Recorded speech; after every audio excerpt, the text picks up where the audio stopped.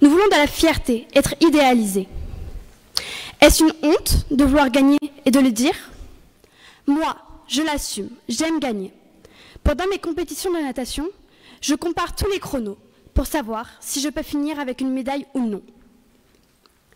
À partir du moment où l'on participe à une compétition, n'est-ce pas pour gagner? Si cela n'était pas notre objectif, quelle serait la définition de ce mot « compétition » ?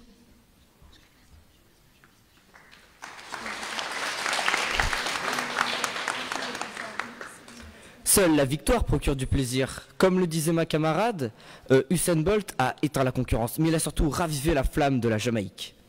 Le vainqueur se doit de respecter les perdants ou les personnes qui n'ont pas la chance d'être à cette compétition. Le vainqueur se doit également d'honorer ses camarades qui n'ont pas eu la chance de marcher sur la première marche du podium. Comme par exemple aux Jeux Olympiques qui vont avoir lieu cette année. En judo par exemple, un seul Français est sélectionné par catégorie de poids. Par respect pour le numéro 2, le numéro 1 se doit de tout donner pour montrer qu'il méritait sa place.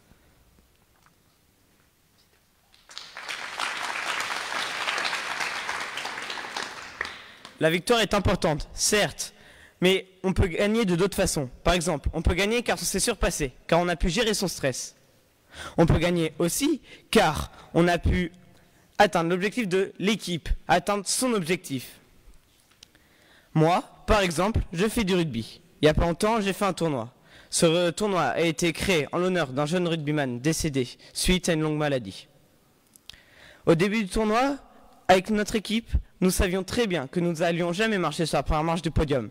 Certes, mais nous avions un seul et unique objectif en tête, gagner le prix du fair play. Finalement, à la fin, on finit 5e sur 6, ce qui n'est pas une haute place, mais on ressort avec le prix du fair play. Notre étape d'esprit positif nous a valu le respect de tous, des participants, des bénévoles, des parents. Et ça, pour nous, ça a eu le même prix, ça a eu le même goût qu'une médaille d'or.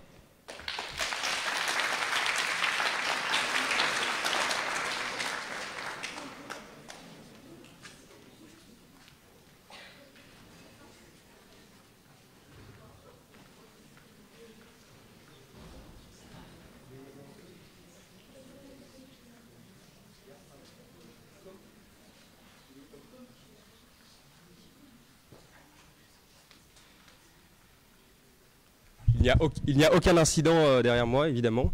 Et on attend juste une troisième personne pour faire un petit remplacement de dernière minute. Comme le super sub.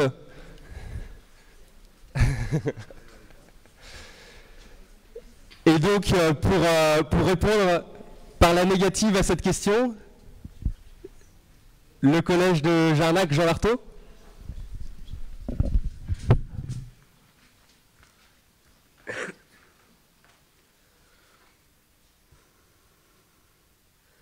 Le plus important dans le sport n'est pas de gagner, mais de participer. Car l'important dans la vie, ce n'est pas le triomphe, mais le combat. L'essentiel, ce n'est pas d'avoir vaincu, mais de s'être bien battu, comme l'a dit le célèbre Pierre de Coubertin. Certes, il y a des compétitions amicales, où l'on se fait plaisir dans le sport que l'on exerce. Mais aujourd'hui, dans les grandes compétitions, ces compétitions ne riment plus avec le plaisir, l'envie d'exercer le sport et plus de fierté quand l'on gagne. Nous avons perdu dans ces compétitions le goût du fair play.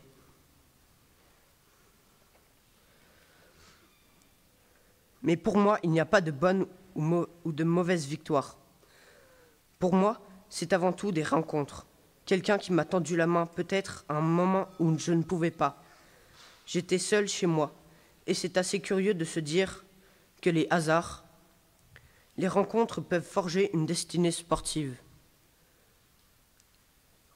Moi, je ne suis que sport. Je vis le sport. Je respire le sport. Je danse le sport. Et quand on me demande pourquoi je suis comme ça, je réponds que j'ai le goût du sport, le goût de la balle, le goût de la belle course.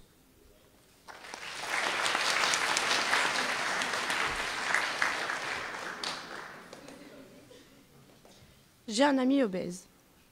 Un jour, il a voulu faire du sport et courir dans la rue, et des passants autour se sont moqués de lui.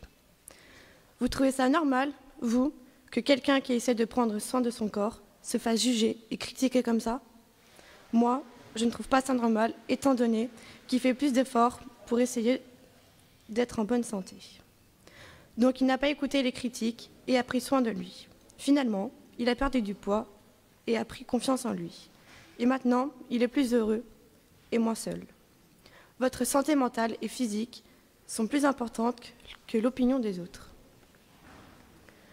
Donc, à tous ceux qui pensent que le sport, c'est que pour les athlètes qui gagnent des coupes, eh bien, regardez tous ceux qui se donnent des objectifs pour retrouver la santé, pour retrouver le moral, pour regagner confiance en eux. Pour des millions d'individus, c'est ça le sport. Et ça n'a rien à voir avec la victoire en Coupe du Monde.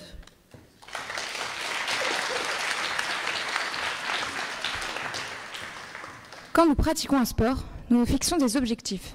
Pas forcément l'objectif de gagner, mais de se surpasser, de développer sa confiance en soi et surtout de ne pas se mettre la pression. Car oui, le sport, c'est quoi? C'est avant tout un plaisir, un loisir. Vous connaissez le Tour de France?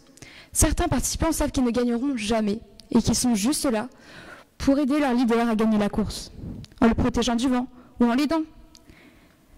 Car si le leader n'avait pas ses coéquipiers, il ne pourrait pas gagner. Cela s'appelle l'esprit d'équipe. Il est donc très important de le rappeler, cet esprit d'équipe, car seul on va plus vite, mais ensemble on va plus loin. C'est comme dans ces deux films, Rasta Rocket et Joue-la comme Belcam. Les personnages principaux vont donner tort à leur entourage qui ne croyait pas en eux, en leur montrant que malgré leurs conditions de vie, ils peuvent réaliser leurs rêves. Ils peuvent réaliser leurs rêves et réussir dans leur sport. À la fin des deux films, tout leur entourage, qui ne croyait pas en eux, ont compris qu'ils avaient tort et sont allés les soutenir. En fait, ils ont réussi à fédérer autour d'eux. Gagner est une fierté, mais participer tout en s'amusant et restera toujours plus important que la victoire.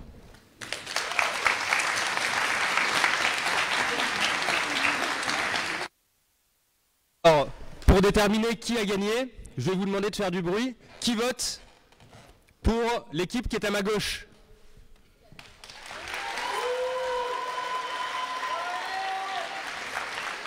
Pas mal, pas mal. Et qui vote pour l'équipe qui est à ma droite?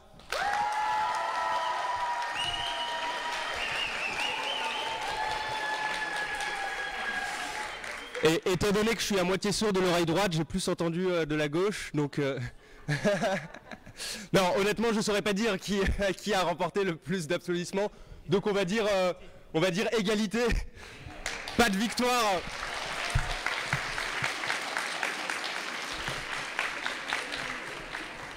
L'équipe à ma gauche a été sport. Allez, super, bah, bravo à tous les 6 pour votre participation. Bravo à tous les 7 même. T'inquiète, c'est pas grave. Et on va pouvoir passer à la battle suivante. La battle suivante, c'est deux autres collèges qui l'ont travaillé. On a donc le collège de Saint-Amand-de-Boix, le collège Eugène Delacroix.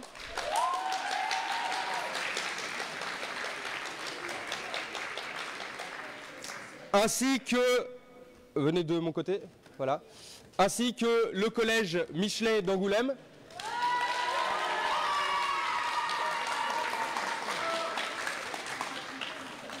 À ma gauche, Esteban, Lilou et Zoé. À ma droite, Amira, Lucie et Maxime. Et qui ont traité du sujet suivant, peut-on dire tout ce qu'on pense? Et c'est l'équipe qui dit oui qui commence.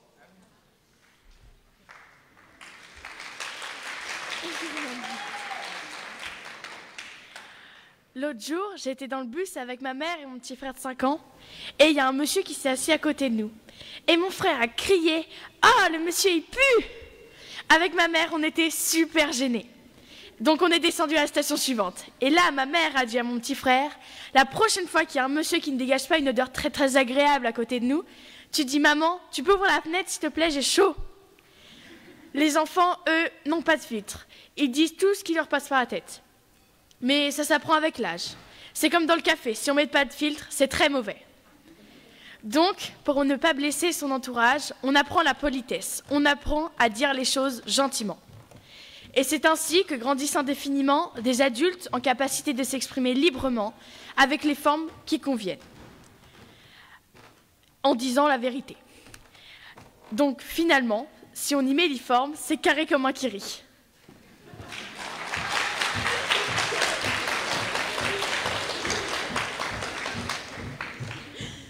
Retour aux sources. Déclaration des droits de l'homme et du citoyen, 1789. La libre communication des pensées est un des droits les plus précieux de l'homme. Tout citoyen peut donc parler, écrire, imprimer librement. Fruit de la Révolution, des Lumières et de leurs actions, écrit en 1789, face à la censure du roi, bravant les lois, les philosophes partaient à Genève pour éditer. Ils disaient ce qu'ils pensaient, malgré l'opinion publique et le clergé. Voici la liberté d'expression. Ce fruit de la poussière, cultivé dans une conscience populaire... Pardon. Oh, ouais, putain, c'est bon.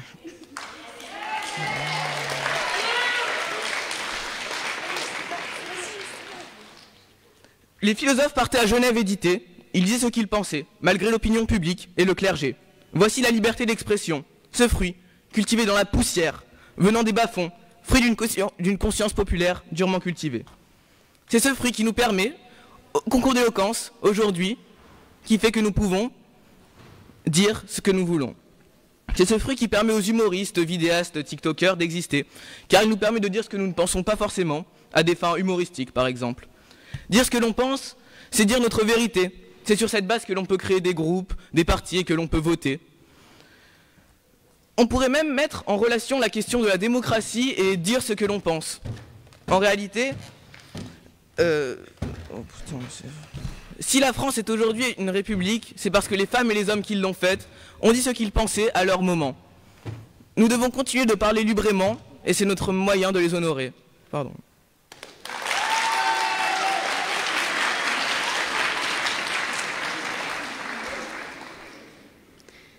Perso, quand je les ai vus arriver, j'étais sûre qu'on allait gagner. Non mais regardez-les, ils ont vu la cravate d'Esteban, ils ont les jambes qui tremblent. Et regardez, sous leurs jambes, il y a carrément une rivière. Appelée Anne Hidalgo, elle pourrait peut-être se baigner dedans. Vous voyez, selon moi, on peut dire tout ce qu'on pense avec de l'humour, sans pour autant créer une troisième guerre mondiale. Néanmoins, il faut être en phase avec son public, avec vous. Si, par exemple, j'avais fait des blagues sur Jean-Jacques Rousseau ou Aristote, j'aurais fait un gros bide. Néanmoins, j'ai adapté mes blagues à mon public, avec vous. Par exemple, Théo Lavabo s'est bien adapté à son public en faisant des musiques avec de l'humour. Et je le conclus pour finir. Si vous n'applaudissez pas pour moi, vous n'aurez pas de chipolata.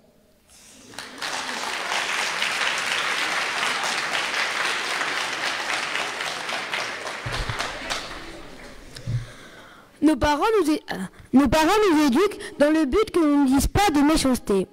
On se respecte pour une bienveillance collective et notre autoprotection. Comme l'humain est fait pour vivre en groupe, il est obligé d'adapter ses comportements. Les gens violents ou agressifs dans leurs propos sont parfois exclus du groupe et se retrouvent seuls. C'est pour ça que nous apprenons le respect et la politesse de notre plus jeune âge. L'éducation est donc primordiale. Un élève mal éduqué va avoir un comportement perturbateur. Il va répondre au prof, Il va crier, insulter ses camarades et provoquer des situations explosives. Ainsi, il ne sera pas adapté pour la vie en groupe à l'école et se retrouvera seul. Il est donc important que l'on nous apprenne à ne pas tout dire, à respecter les autres. Ne pas tout dire, c'est aussi savoir gérer ses émotions. On doit savoir se contrôler face à la colère, la tristesse et même l'amour. Ces sentiments peuvent nous pousser à dire des choses horribles ou que nous pensons même pas, et ainsi blesser ceux qui nous en sont proches.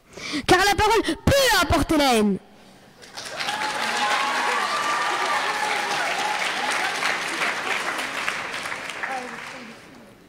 En effet, on ne peut pas tout dire, car lorsque la parole est mal utilisée, elle peut être blessante et peut engendrer de la haine, comme dans le cas du harcèlement en ligne où Rebecca est victime de cyberharcèlement. En naviguant sur les réseaux sociaux, elle découvre une vidéo d'elle qui a été publiée alors qu'elle se changeait dans les vestiaires du gymnase du collège. Trouvez-vous ça normal ? Rebecca possède des droits concernant son image. On ne peut pas tout dire, ni tout montrer des gens. Donc, Rebecca a porté plainte contre les personnes qui ont commenté et publié cette vidéo. Ainsi, ils ont été poursuivis en justice pour cyberharcèlement. C'est pourquoi je trouve normal qu'on ne puisse pas tout dire. Je trouve normal que la liberté d'expression soit limitée. Je trouve normal que toute incitation à la haine soit punie par la loi. La liberté d'expression doit être limitée, comme le dit l'article 11 de la Déclaration des droits de l'homme et du citoyen. La liberté consiste à faire tout ce qui ne nuit pas à autrui. On ne peut pas tout dire, car la parole peut être une blessure. La liberté d'expression, c'est ça aussi, c'est savoir se mettre à la place de la personne qui reçoit les paroles.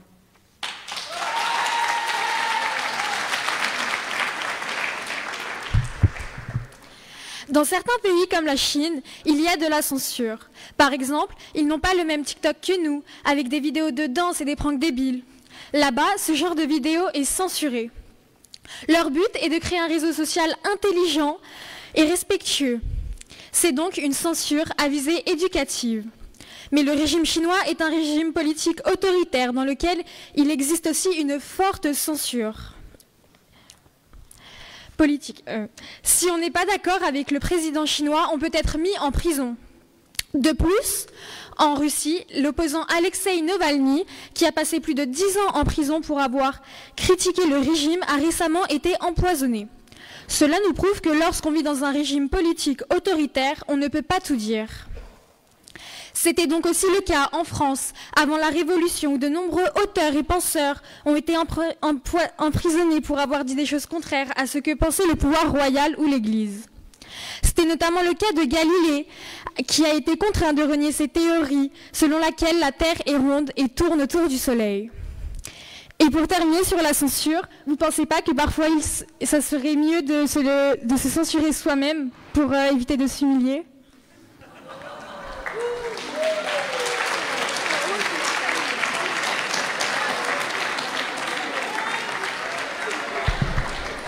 Bon alors, qui fait du bruit pour l'équipe à ma gauche ?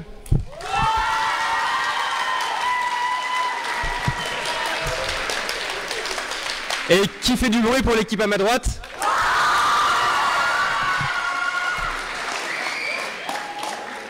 Personnellement, j'ai entendu que ça criait un peu plus fort de ce côté-là, hein, pour l'équipe à droite.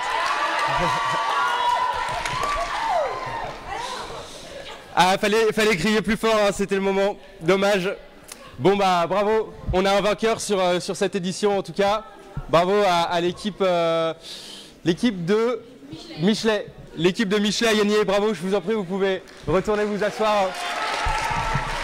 Vous pouvez retourner vous asseoir, super. Bravo, hein, vous avez bien réussi. En tout cas, oui, vas-y si tu veux. Bravo aux 12 qui ont participé à cette battle qui était prévue depuis assez peu de temps finalement et qui ont eu très peu de temps de préparation. Voilà, on a travaillé quoi, 3 heures, 4 heures max ensemble. Et puis depuis une semaine, ils ont eu quelques jours à peine pour travailler. Désormais, le concours d'éloquence touche à sa fin.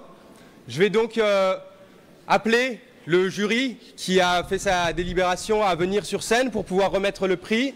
Et notamment Madame la rectrice monsieur le vice-président du département ainsi que madame la vice-présidente du département et monsieur Thierry Clavry aussi qui participeront à la remise des prix ainsi que... Ah, le président est là? D'accord. Et monsieur le président du département qui est arrivé également et qui va pouvoir procéder à la remise du prix. Et c'est d'ailleurs la personne qui procédera à la remise du prix, c'est la lauréate de l'année précédente. Juliette, tu peux t'avancer évidemment.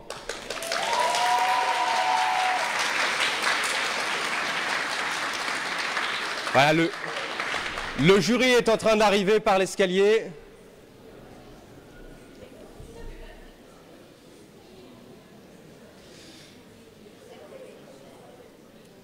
Voilà, j'invite donc le jury à se rendre sur scène avec Juliette pour pouvoir remettre le prix au candidat de son choix.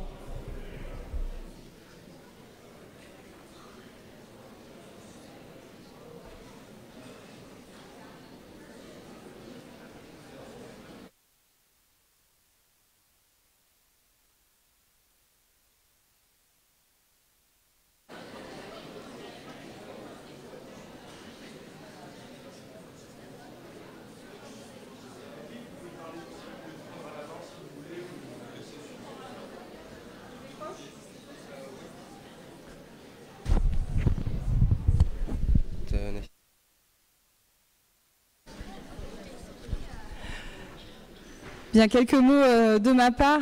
Vraiment très heureuse d'avoir assisté ce matin à cet extraordinaire moment d'éloquence chez vous, chers collégiens. Alors vous êtes quelques dizaines ici au CNAM Engmin, mais c'est plus de 1000 collégiens dans toute la Charente qui ont participé à ce concours d'éloquence que la DSDEN, Thierry Clavry, le DAZEN avec le conseil départemental organise pour la 2e année. Et je voudrais vraiment saluer la très très belle dynamique du département de la Charente sur cette question de l'éloquence. Vous étiez plus de 1000 élèves, c'est 34 collèges, quasiment tous les collèges du département qui se sont engagés. Vous étiez accompagné par une 50aine de professeurs qui se sont formés. Je voudrais d'abord donc vous féliciter les élèves d'avoir participé à ce concours et remercier les professeurs qui se sont engagés dans l'accompagnement. Je crois aussi que sont vraisemblablement de très beaux moments que vous avez vécus tous ensemble. Donc vraiment bravo à tous. Pourquoi est-ce qu'on développe les concours d'éloquence? Parce qu'on souhaite mettre en avant la question de l'oral dans le système éducatif. On sait que nos élèves français, quand ils partent à l'étranger, ils sont peut-être un peu moins bavards, ou en tout cas moins à l'aise à l'oral que d'autres élèves. Et pourtant, l'oral, c'est extrêmement important pour réussir un examen, c'est très important pour réussir un entretien, c'est très important sur des moments clés d'une vie personnelle et d'une vie professionnelle. Et donc, c'est évidemment le rôle de l'école de vous apprendre cela. On voudrait saluer avec l'ensemble des membres du jury que je remercie l'excellence des 6 prestations que nous avons vues ce matin. Je crois que les élèves, si vous deviez choisir, vous seriez un peu en difficulté. Alors évidemment, vous choisiriez votre camarade, j'imagine, de votre établissement. Mais si on vous interdisait de choisir votre camarade de votre établissement, je crois que vous seriez très en difficulté. On a été très en difficulté et je voudrais vraiment citer quelques moments qui nous ont paru extrêmement forts dans ces prestations.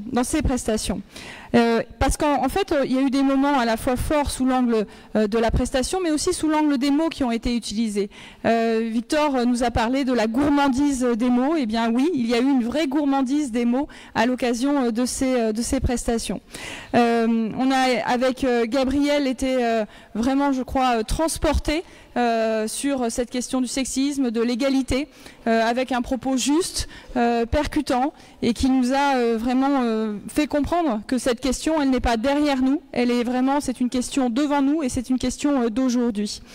On a été aussi avec Marjane dans la nuance sur cette question de est-ce que le nombre fait la force, et avec cette citation que je retiens, si le nombre fait la force, il fait aussi la bêtise. Et c'est une des choses que je crois nous avons appréciées sur l'ensemble de vos prestations, c'est l'équilibre qui a été le vôtre. Vous êtes partis en conquête sur des questions, sur des sujets, sur des positions, mais vous avez su trouver un équilibre et nous faire comprendre que finalement il n'y a pas le bien, le mal, il y a toujours des choses qui fonctionnent ensemble dans la complexité, et c'est cette complexité que vous avez partagée avec nous et nous vous en remercions. On a ensuite avec Océane, évidemment, partager les valeurs de l'olympisme, partager la devise de l'olympisme avec des exemples, je crois que nous avons toujours en tête et avec un charisme réel, voilà, une présence parmi nous qui nous a tous vraiment impressionnés. Avec Lola d'Availlon, nous avons traversé, enfin nous sommes intéressés à la question du passé et avec cette formule finale, je crois que voilà, vous avez tous eu le conseil d'avoir une citation en fin de prestation, mais là vraiment mon coup de cœur personnel pour cet envoi final. Pour écrire l'avenir, il faut avoir lu le passé et commencer à l'écrire au présent. Vraiment, j'emmène avec moi cette citation comme un bien précieux. J'ai parlé de Victor et de sa gourmandise des mots. C'était un vrai éloge de l'éloquence que tu as fait, Victor. Et je crois qu'on a tous salivé avec tes exemples. Tu nous as tous donné envie d'une pause gourmande, mais vraiment, et sur un sujet qui n'est pas forcément un sujet qu'on attend chez un collégien et qu'on a trouvé vraiment très bien que tu t'en saisisses. Et puis avec Lola pour finir, voilà, tu nous as partagé, je sais pas où tu es Lola, mais tu nous as partagé cette peur que tu pouvais avoir et en même temps, quand on t'a vu sur scène, cette peur on ne l'a pas vue, nous, et moi j'ai même entendu le silence dans la salle. Et le silence, c'est quelque chose qui est très difficile à gérer pour un orateur, parce que l'orateur se demande toujours si les gens sont silencieux, est-ce que c'est parce qu'ils écoutent, est-ce que c'est parce qu'ils s'ennuient, et toi tu as géré ce silence vraiment remarquablement et avec très tranquillement, et tu nous as partagé ce que tu avais à dire sur cette question ô combien importante de la liberté d'expression. Donc vous l'aurez compris, vraiment une mission quasiment impossible pour le jury de ce concours d'éloquence. On souhaite vraiment féliciter les 6 candidats et candidates. On était très heureux d'ailleurs qu'il y ait 5 candidates, mais voilà, c'est aussi quand même une question de parité que nous recherchons. Donc vraiment, je voudrais qu'on puisse vous applaudir tous les 6 parce que c'était remarquable.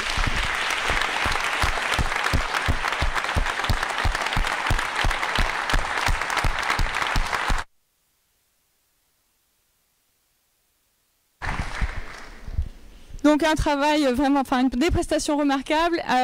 Il faut un vainqueur, et le jury a donc décidé de décerner ce prix du concours de l'éloquence à Océane Payen. Bravo.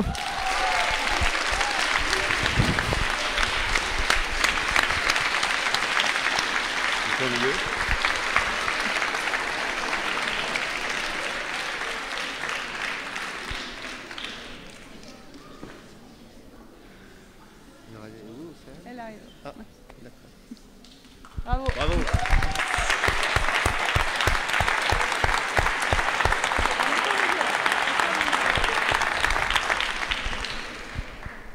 Alors, quelques mots. J'aimerais bien remercier toutes mes amies qui sont venues aujourd'hui, mes professeurs qui m'ont accompagnée jusqu'au bout, mes parents, mes grands-parents qui sont ici présents. C'est grâce à eux que je suis ici. Mes parents, s'ils ne m'avaient pas mis au monde, je ne serais pas là. Ensuite, mes amis qui ont été d'une grande aide. Je regrette qu'une de mes amies n'ait pas pu venir, mais franchement, c'est une grande fierté qu'elle soit déjà toutes ici pour me soutenir. Bravo.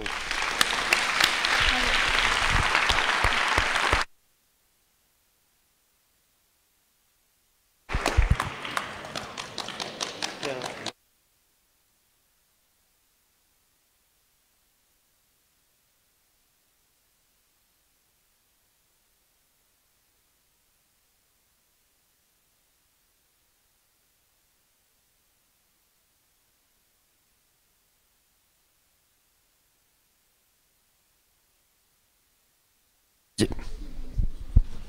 crois que c'est bon. Oui, juste une petite explication. On innove cette année avec un trophée qui sera remis au collège qui a, par l'intermédiaire de son élève, a gagné le trophée cette année. Le collège va le garder pendant 1 an. Et l'année prochaine, Océane, ce sera avec grand plaisir, comme ta camarade qui l'a gagné l'an dernier, tu reviendras le remettre, tu seras en 3e, tu reviendras remettre au gagnant ou à gagnante l'année prochaine, à la prochaine finale de saison 2025. Voilà, donc c'est un grand plaisir.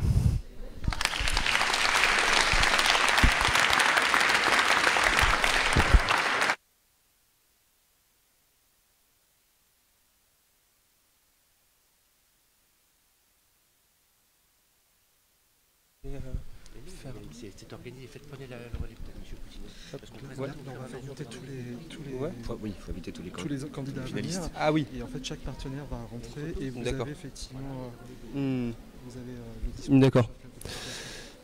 D'accord. Eh bien, écoutez, on va faire venir tous les candidats sur scène pour qu'on puisse leur remettre leur diplôme.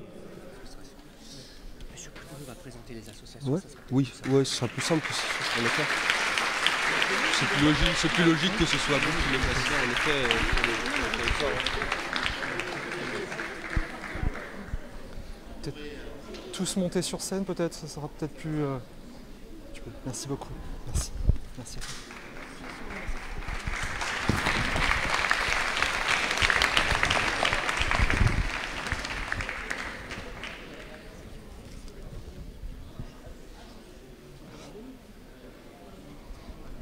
Avec tout le jury, vous pouvez effectivement... Allez-y. Tout le jury, les membres du jury. Alors on va inviter l'ensemble des membres du jury qui nous ont accompagnés, qui nous ont fait le plaisir effectivement de nous accompagner sur cette séance, sur ce concours. Merci à chacun d'entre vous. On va effectivement procéder à l'ensemble de la remise des prix à l'ensemble des vainqueurs. Donc avant tout, peut-être une photo avec l'ensemble du jury et l'ensemble des candidats. Merci beaucoup.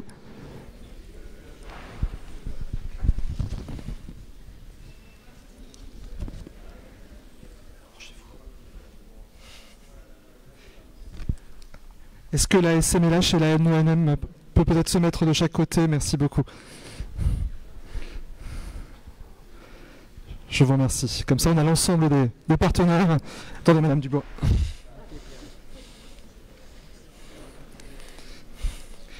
Et on peut les applaudir bien fort. Merci beaucoup.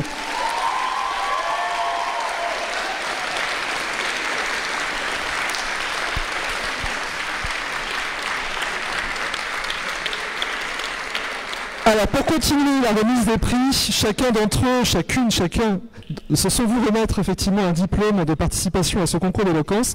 Et je vais appeler chacun des partenaires qui nous ont accompagnés tout au long de cette année sur ces demi-finales, sur cette finale. Et je vous remercie une nouvelle fois de votre soutien. Et on va commencer par la MAE, représentée par Mme Bidou. Et je crois qu'il y a un collègue également présent ici. On peut les applaudir.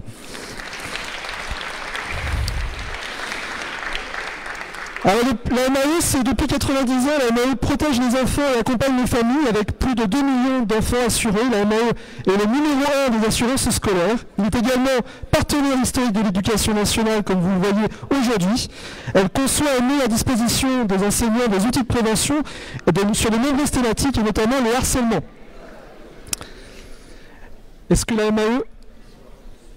Elle est prête? C'est bon. Très bien. Je vais demander maintenant à la MGM, qui est représentée par M. Yves Quentin, son directeur. Vous pouvez l'applaudir également.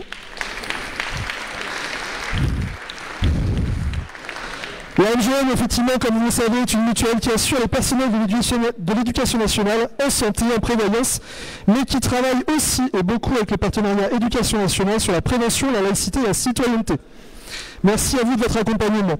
On va accueillir également la SMLH, la section des membres de la Légion d'honneur, représentée par M. Philippe Sierra et Mme Pierrette Dubois. M. Philippe Sierra, son directeur, est représenté par M. Brichotto. Merci beaucoup de votre présence. On peut les applaudir également.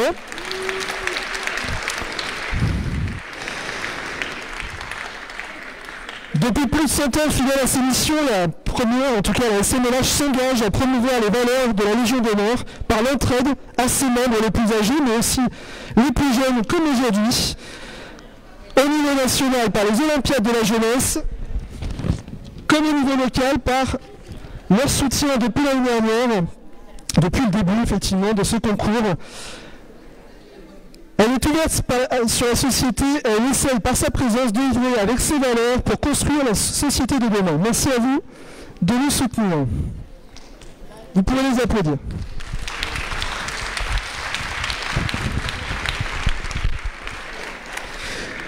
Je vais demander maintenant à l'ANMENM, l'Association nationale des membres de l'Ordre national du mérite. Vous pouvez les applaudir. Représentée par Mme Annie Marais, Sa devise honneur, solidarité et mémoire, ses buts, assurer le rayonnement et le prestige de l'Ordre national du mérite, développer les valeurs morales et républicaines, renforcer le lien de solidarité avec ses membres, contribuer au travail de mémoire, développer chez les jeunes l'esprit de solidarité et de civisme. Je crois que c'est un bel exemple aujourd'hui de cet engagement à nos côtés. Merci beaucoup et effectivement merci aux jeunes également.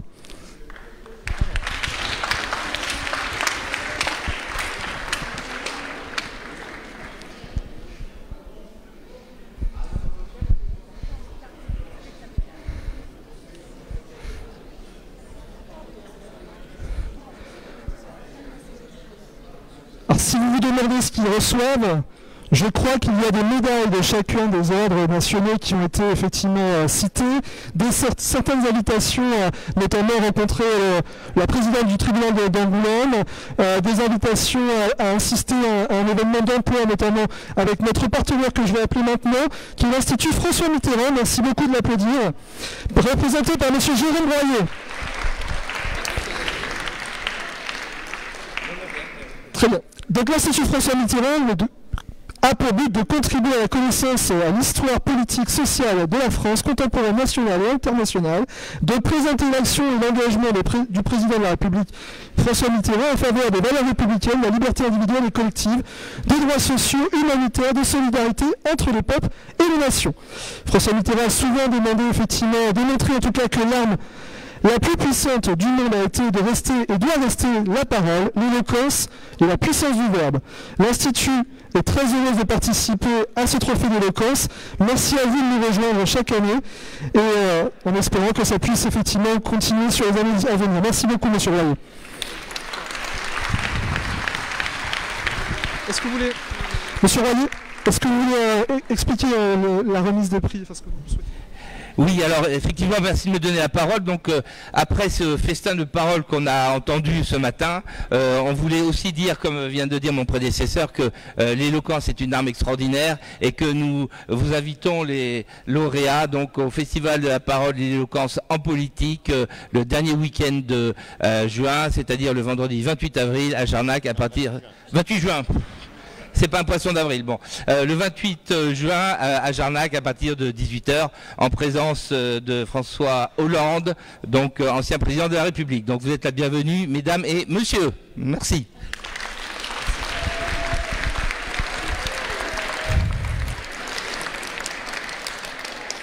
Et nous terminerons avec notre nouveau partenaire cette année qui nous a rejoint. C'est vraiment un plaisir qu'ils nous ont offert effectivement aux jeunes cette année en lançant ce concours par une face caméra qui est pas simple. Effectivement, ils ont eu le courage de venir s'exprimer devant vous et devant près de 300 personnes aujourd'hui. De s'exprimer devant une caméra, c'est autre chose. Et merci à la Charente Libre et par son rédacteur en chef présent ici, monsieur Arnaud Lely, vous pouvez le saluer.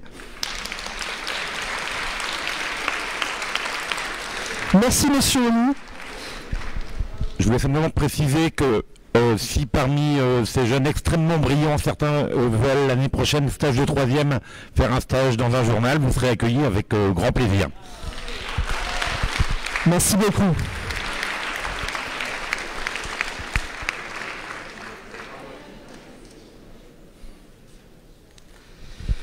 Donc je crois que nous avons fini sur la remise des prix.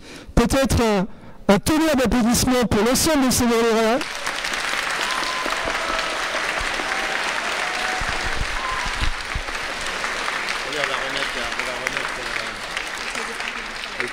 Ah oui.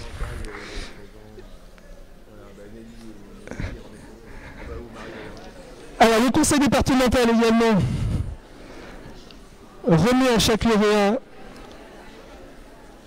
un certain nombre de présents. Merci beaucoup. Ouais, je pense. À laisser conclure Monsieur Bouty. Monsieur Bouty. Pour comme bien ça, sûr. Il ferme la séance. Ouais, super, super. Directement. Ouais. Je vois avec lui.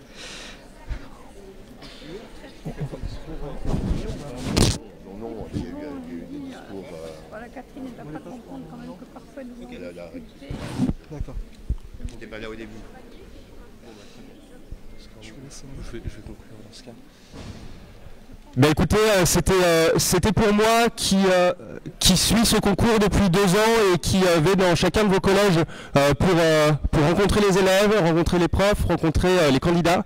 Un plaisir à nouveau d'avoir pu participer avec vous cette année et d'avoir encadré des élèves prometteurs qui, je n'en doute pas, auront un avenir très, très certain qui se dessine devant eux. Donc bravo à toutes et à tous d'être là, d'avoir participé, d'avoir soutenu, parce que n'oubliez pas que ceux qui sont sur scène, il ne serait pas grand-chose non plus si vous étiez pas là. Avant toute chose, si on a fait aussi des battles à la fin, c'est pour souligner le collectif. Un concours d'éloquence récompense souvent à la fin un individu. Mais tout le groupe qui est derrière, on sait qu'il existe, on sait qu'il le soutient. Alors je pense qu'on les a beaucoup applaudis. Mais peut-être que vous pouvez aussi applaudir tous vos camarades, même si vous avez les mains bien prises aujourd'hui. Je vais juste inviter tout le monde au pot de l'amitié. Au pot de... Eh ben, c'est parfait. Ouais. Ah, d'accord. On va juste appeler tous ceux qui ont fait les battles aussi pour les remercier une fois sur scène quand même. Comme ça, moi je vais remercier tout le monde. Eh ben, c'est parfait. Bien. Juste en conclusion, et ça ne sera pas de long discours parce que je regrette beaucoup de ne pas avoir pu être présent ce matin, mais le retour que j'en ai, bien évidemment, et je tenais à féliciter bien évidemment les lauréats, à remercier les battles, à remercier aussi les enseignantes, à remercier tout particulièrement Marie Bauer, je ne sais pas où elle est, ainsi que l'ensemble des services, les chefs d'établissement. Ce deuxième anniversaire du concours d'éloquence, en tout cas cette deuxième année est un succès, et ce que je souhaite, et je vous promets que pour la 3e édition je serai présent. Ce matin c'était un peu exceptionnel, mais merci à toutes et à tous pour vos brillantes interventions les unes et les autres, et je vous souhaite maintenant une bonne journée. On va partager ensemble le verre de l'amitié et une bonne fin d'année scolaire aussi. Merci.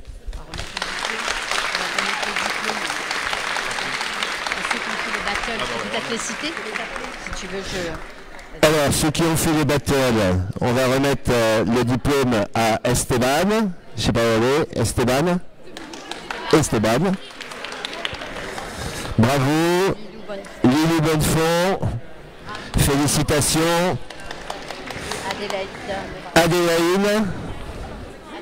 Adélaïde.